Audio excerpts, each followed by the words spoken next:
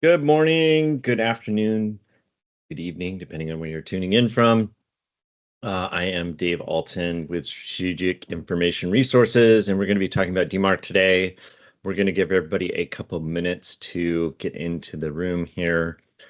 Just a few housekeeping items as we kind of start this. If you have questions or anything come up, I have my colleague here, Carly, who's watching the chat. So if anything comes up, she'll chime in and make sure that those questions get answered.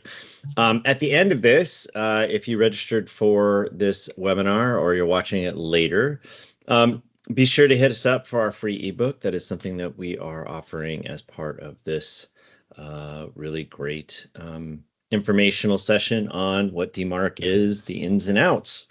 So with that, we'll give it a minute or two, and then we will get started. All right, it looks like we have everyone that's going to join today. So again, my name is Dave Alton. I'm the Chief Technology Officer here at Strategic Information Resources. We're an MSP located in Southern California. We have about 20 staff. We serve around 150 clients, mainly in the Southern California area, but really all throughout the nation. We are really a security first MSP, and we are really dedicated to making sure your people are protected and your profits are secured. And really everything has changed in the last 5 years around cybersecurity. So we do these webinars once a month just to kind of keep people informed of what's going on and some things that are happening in the industry. So with that, we are going to talk about DMARC today. So first and foremost, what is DMARC? So DMARC stands for Domain-Based Message Authentication Reporting and Conformance. DMARC also utilizes two other email frameworks, which is the Sender Policy Framework and the DKIM framework, the Domain Keys Identified Mail.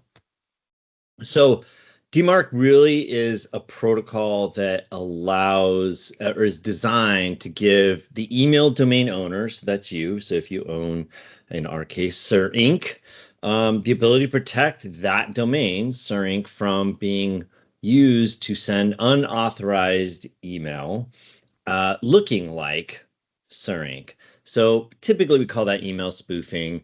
So a message comes in, kind of looks like it's from sirinc.com, but in reality, they have made some backend changes and changed some headers in the email to make it look like that, but really it's coming from someone else. So DMARC really builds on that Sender Policy Framework, or SPF, and the DKIM, the Domain Keys Identified Mail protocols, by adding a really important reporting function. So really, when you turned on SPF and DKIM, you kind of didn't really know what was going on. You hoped, okay, I got it all set up and people are going to see my emails the way I want them to, and things like that. And what DMARC does is it kind of rides over the top of SPF and DKIM to help protect, tell the receiving domain what to do with a spoofed piece of email, reject it or quarantine it, and then give the domain owner, so in our case, Sir Inc., the ability to look at, hey, why is that message not getting to the sender, right? What is the reason why it's not getting there? So let's talk a little bit about how it works. I'm kind of starting into that, but you send an email, that email goes to a mail server. When it comes into the mail server, what ends up happening is there's just some checks and balances that happen. The first one is the SPF record. And a lot of people are familiar with this because if you've used MailChimp or Constant Contact or really any of the CRMs, HubSpot, Salesforce, things like that, you have those applications sending email on your behalf.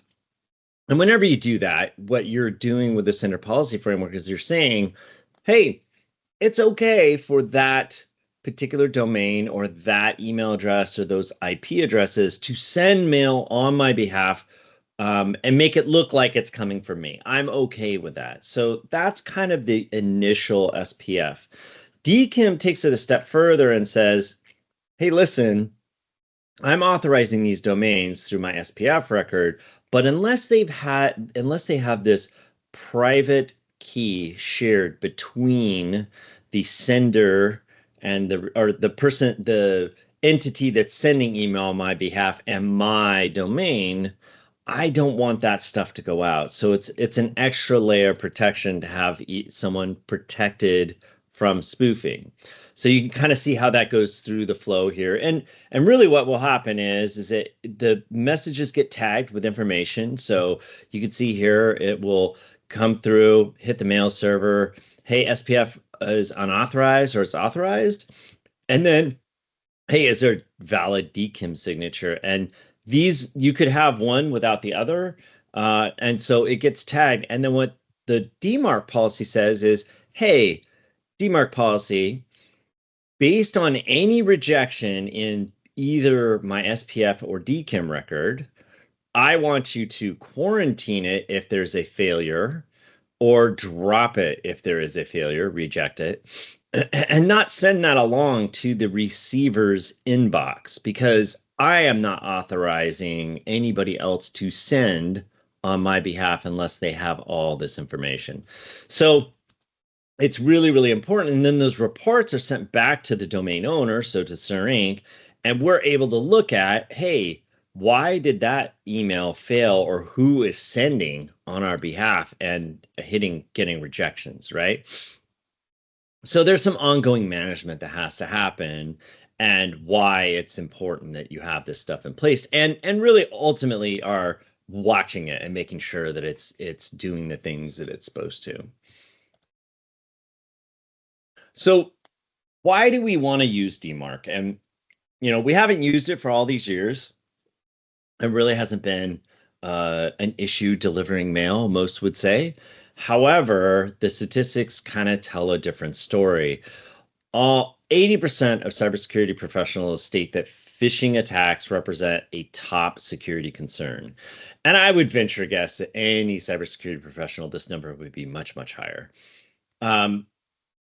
Users are a weak link because they are susceptible to social engineering. And that 80% is, the bad guys are really good at crafting these emails to get you to click on stuff. That is their whole job. They know how to do this. They've practiced. They send literal thousands upon thousands of emails and figure out what's going to work and what's going to get you to click, right? I know everybody thinks, oh, I won't click on that thing. I'm not that silly, or I know better. But oftentimes they are very well versed in who you are, especially in like a spear phishing campaign.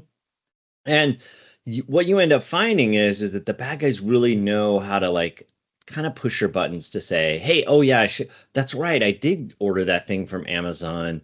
It's not here yet. I should really, pay attention to that. And then when you look at the all, I don't want to say all, but a large portion, huge majority, 93% of all successful worldwide cyber attacks begin with a spear phishing email, right? The vast majority of attacks are initiated through this. These attacks can really, get an end user to divulge information to a lot more than they mean to or want to, right? And the way that DMARC kind of helps us is you can mitigate the risk of spear phishing because it's going to verify the authenticity of the email where it's coming from. Because oftentimes a spear phishing campaign comes from either a spoof domain, right, which is what DMARC protects against, or a typo squatting domain. So that's where I take a domain and I kind of rearrange the letters and make it look really close, but it's not quite there. Now, DMARC doesn't necessarily protect against that, right? But it does protect against the vast majority of attacks that come through as a spoof, which is the primary way that the bad guys kind of get you to think, hey, this is a legit email, I should click on it. And then, so 400% increase year over year in phishing attacks, according to the FBI. I think this data is from 2023. I suspect that number is going to be even higher. Phishing attacks are one of the most lucrative ways to have the bad guys get into your systems, and whether that's either take over your account with a business email compromise, divulge information or release information, or ultimately get into more systems downline. It is one of the easiest ways for bad guys to really kind of take advantage of your systems. So really, DMARC has the ability to kind of help protect against that spoofing, keep people from seeing something that isn't really from the originating domain. So it isn't from Surank, it's from, some bad guy that's trying to get your information. And look, there's some other benefits to this, right? There's some brand protection that comes into play. You know that people can't really send email as you when that are using your domain and making it look like, oh yeah, hey, I'm so and so, and you should use me because they're using your brand. Helps build customer trust. There's also some regulatory compliance that's starting to happen around email security and data protection that revolves around DMARC. So there's some other extra benefits, but by far the email spoofing is one of the largest benefits that you can get by turning on DMARC and enforcing a policy. So we talked a little bit about why use DMARC, right? It's good practice. You're going to protect your brand. You're also going to make sure that your clients are getting email only from you and not from someone that's spoofing you. However, this last February initially, and then it was April, and now I think it's July 1. Google and Yahoo are taking drastic steps, right? They want to stop spam as much as possible. They realize their email products are highly susceptible to spoofing. So their carrot was, hey, we're going to turn on this optional thing and everyone's going to use it because it's going to reduce spam and it's going to make everything much better. The reality was nobody did it, right? Either because of ignorance, they didn't know they could or should, or it's complex, right? There's a lot that goes into having one of these DMARC policies work well. So it really depended on where your technical acumen was and whether or not you could implement a DMARC policy. So this year, as the stick would have it, Google and Yahoo said, hey, listen, unless you got a DMARC policy, we're not delivering email to our domain. So if you try and deliver something to a gmail.com domain or yahoo.com, and I believe now AOL is also part of this, they will not deliver an email unless you have a DMARC policy in place. So what that says is you have to have something that says, hey, I've gone in and I've done all the basics to get the security set up and things done right so that you can tell whether or not an email is actually coming from me, right? So it helps with email validation. It enhances email delivery. And then we also get the ability to monitor and make adjustments when we turn that DMARC policy on. So the question that I have to everyone at this point is, are you sure your emails are getting to your clients? What we've seen and what we've been troubleshooting with many of our clients is that your marketing efforts and even your transactional emails are suffering. So a transactional email is, hey, you need an invoice paid, there's a purchase order, a quote, proposal, contracts, agreements. Those are all critical to making sure that our businesses function well. And we use email as that delivery mechanism. If that is somehow compromised or there's less of a chance that it's going to get to somebody, your ability to do business is going to be impacted, right? Plus, if you think about it, right, the way a lot of people do marketing is through email marketing. And we've seen this, time and time again. How many emails do we get a day that are really talking about how to get this better service or whatever? And a lot of times you're not going to even know if your emails are getting to your clients unless you have a DMARC policy on. So not only are we getting rid of some operational risk and disruption, we're also able to really understand that we're going to know, hey, our emails are getting to our end clients. We see that this delivery mechanism worked and it ended up on the other server. Now, unfortunately, it doesn't help you with, did they read it? Did they just dump it in the trash? It doesn't help you with any of that kind of stuff. But you know that that email made it to where it's supposed to go in the event of sending, right? So if you're not 100% sure it's getting there, how do we find that out? And one of the ways that we can do that is with the DMARC policy and then looking at delivery failures, right? So how do we fix this? So this is where we're going to get a little techie, right? We're going to talk a little bit about what we have to do to kind of get this done. So kind of our first step is we have to build those SPF records. Now, a lot of that is done for you. You have to identify all the IP addresses and domains that send emails on your behalf. You create an SPF record listing those authorized senders. You publish that SPF record in your domain settings under DNS, and then use a lot of online tools to validate the SPF record is configured properly and is working as expected. Then we have to set up DKIM, and generating a DKIM key, you have to generate the public and private keys. You publish the key in your domain's DNS settings. You configure that on your email servers to sign outgoing emails with the private key, and then ensure DKIM is set up for all the domains that send emails on your behalf. So that's not just, Outlook or Exchange being set up. That's, Constant Contact and HubSpot and Salesforce and everybody else that might send email on your behalf. Even like a printer that does emailing, right? Or scan to email. That has to be set up properly for those emails to get where they're supposed to go. And then confirming domain alignment is you got to review your email sending practices, ensure that the domain in the from address aligns with all the domains specified in your SPF and DKIM records. So this is just kind of a check and balance to make sure that that is turned on and it's working properly. And then you adjust if you have any discrepancies or you add a new service or anything like that, where oh, hey, I'm going to start using MailChimp this week. Okay, well, great. You got to have DKIM and all that other stuff set up as well.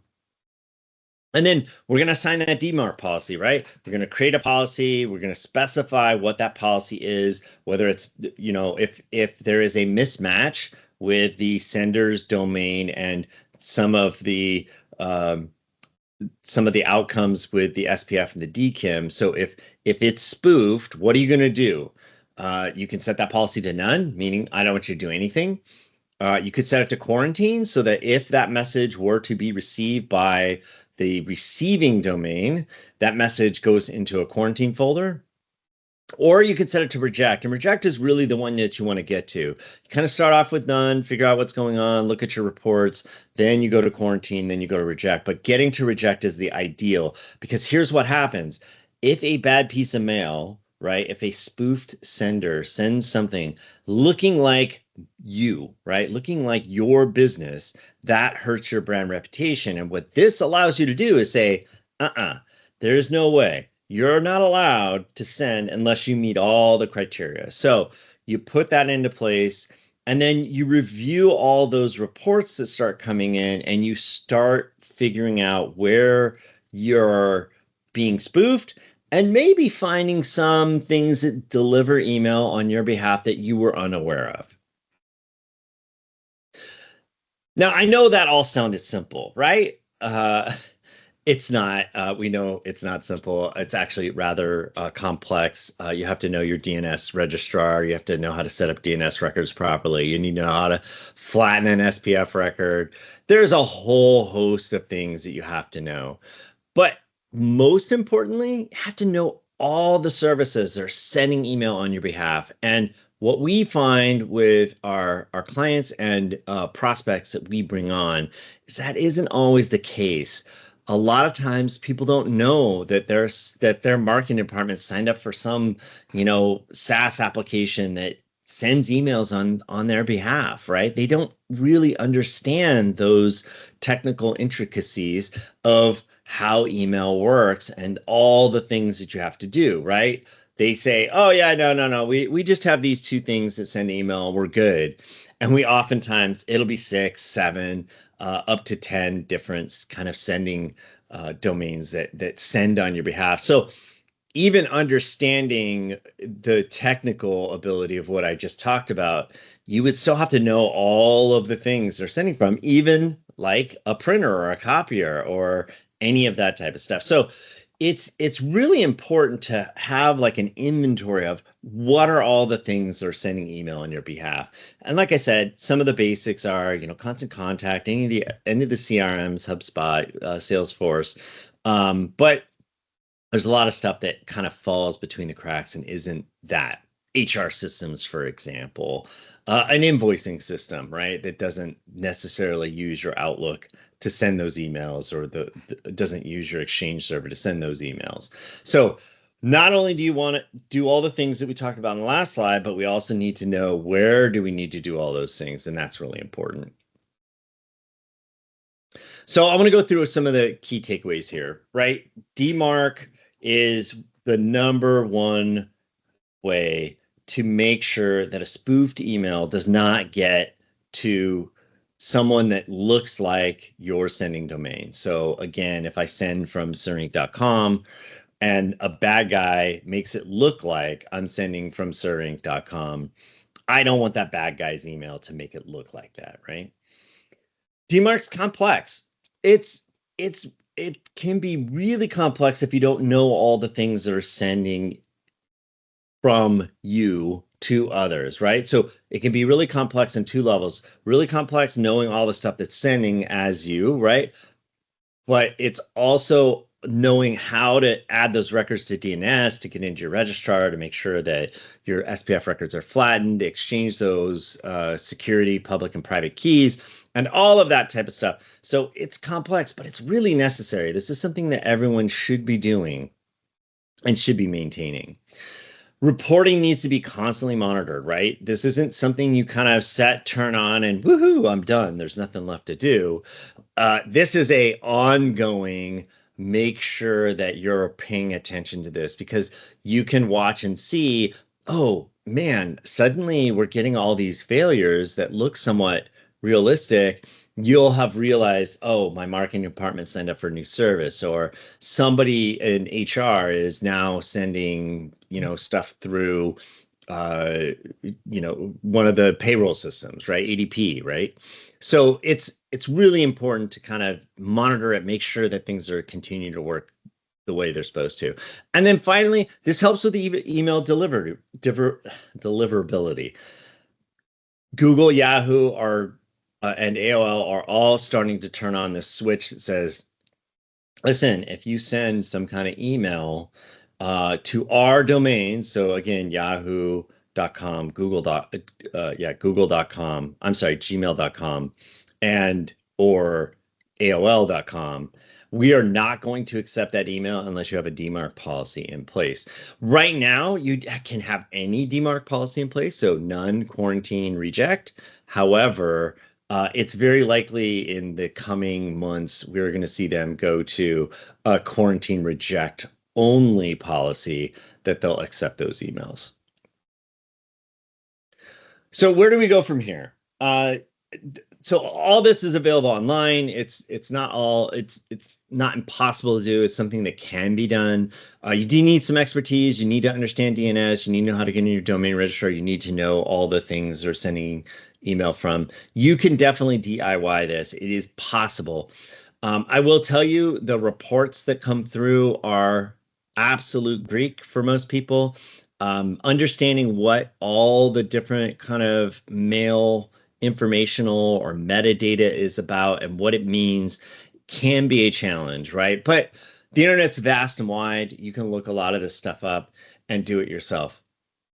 What we suggest typically for those that are, maybe not as familiar with DMARC and some of the intricacies around DNS and things like that, is find and partner with a qualified team of professionals. We are definitely a qualified team of professionals. We have a very comprehensive cybersecurity-driven technology service that ensures that we protect and enable your growth of your business, regardless of what line of business that you're in. We want to make sure that your people and profits are well protected. And that includes your clients, right? As part of that, we want to make sure your clients are protected. And the best way you can protect your clients is by implementing with a DMARC policy. So what's the next step? So if you don't want to figure this out on your own and you would prefer to work with a qualified professional, we would absolutely love to work with you. We have this link here. We also put it in the chat. Feel free to click on that and book a session where we can talk to you about what you need for security. And we do a very comprehensive approach of making sure that we know all the places where you're potentially going to be at risk. And these aren't really technical things that we're going to discuss with you. These are really much more around your business and what is an acceptable risk to you. We want to make sure that you're fully engaged with the security conversation and to verify that we're taking the appropriate steps to protect your people and your profits. And with that, I want to thank you for joining us today. Really, really appreciate your time. Again, here's the link if you would like to have a meeting with us and talk a little bit more about your cybersecurity risk. Have a great and wonderful Friday, and the 4th of July is up and coming here, so I hope everyone has a wonderful 4th of July weekend and enjoys some family time. Thank you very much, and we will catch you next month.